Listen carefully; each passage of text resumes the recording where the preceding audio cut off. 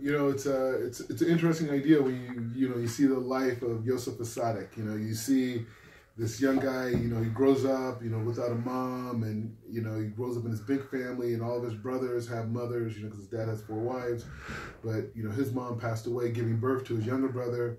And he's different. He's kind of a different person. He has a different outlook on the world, because of that. And also, he's a very unique neshama. He's Yosef Asadik, at a young age.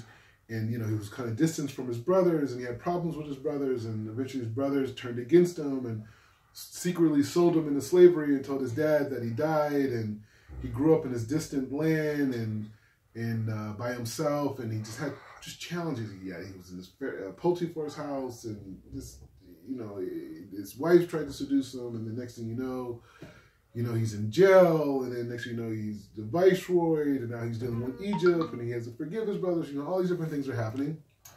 But we ask ourselves, like,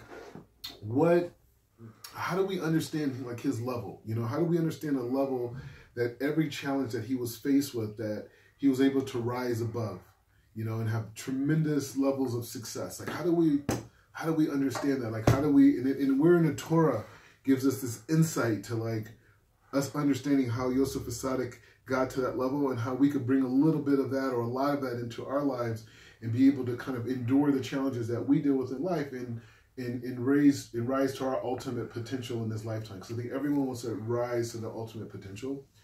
So there's an insight that is given, and there's many insights, but one of the insights I'm focused on today is the idea that, when Yosef was working in Potiphar's house, they said that, like, tremendous things were happening. Anytime someone righteous is working and they're doing stuff, just brakas happen, throughout history, but in this particular situation, it was Yosef Asadik that we're talking about. And all these, money was coming in, the house was functioning, things that weren't working started working, just all types of miracles were always happening in the house. And the Torah says that Potiphar saw that Hashem was with Yosef.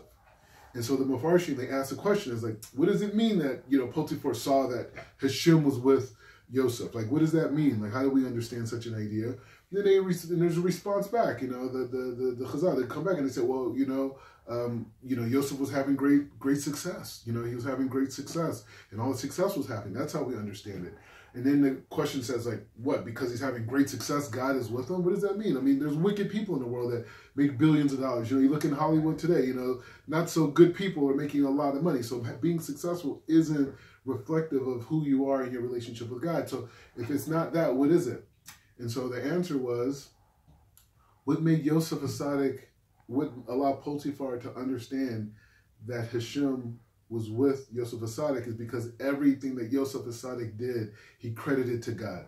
Everything he did was Baruch Hashem. Everything was within the consciousness of L'Shem Shemaim. Everything was, everything that was going to happen or he wanted that was Bavat Hashem. And that was all of his words were always thanking God and always blessing God and being appreciative of God and having humility to God. And so from that space, the people around him knew why he was having success. And so that's how they knew. And so from that, just that understanding will give us, and even to go even a step further, when Yosef did, and someone could say, well, how do we know that's true? How do you know? Where's that coming from? You look, even when Yosef is speaking to the Pharaoh, and he's rearranging the understanding of the future of the world to Pharaoh by translating his dreams, he tells Pharaoh everything that's coming from him is from God. And so, and that's out of Yosef's mouth in the Torah, in Doraisa. And so, what we can take from that is that everything that Yosef went through, whether we perceived it as bad or perceived it as good, in Yosef's mind, everything was from God. And every challenge that he was faced with was there to rise him to a higher connection, a higher madrega of relationship with Hashem.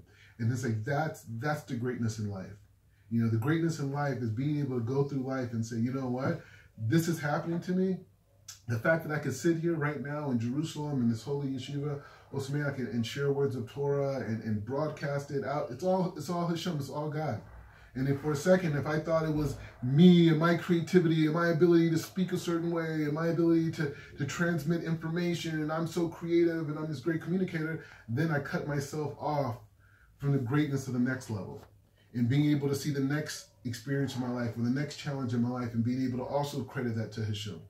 And so what we could learn from this and we could take from Yosef Asadiq is to look at our life, the life that we had before, the life that we have now, and the life that we're going to have in the future, and understand that all of it is God's design, God's beautiful picture. Even though it may have a sad moment in it, even though it may have a moment of triumph and all these different experiences, we can look at Yosef Asadiq's life and say, if we can maintain the consciousness that everything is from Hashem, everything is from God, everything is from the light force of the Creator, that we not only be able to endure the challenges, not only will we be able to appreciate the successes, but all these experiences will rise us to our highest potential in this lifetime. Shkoach, shkoach.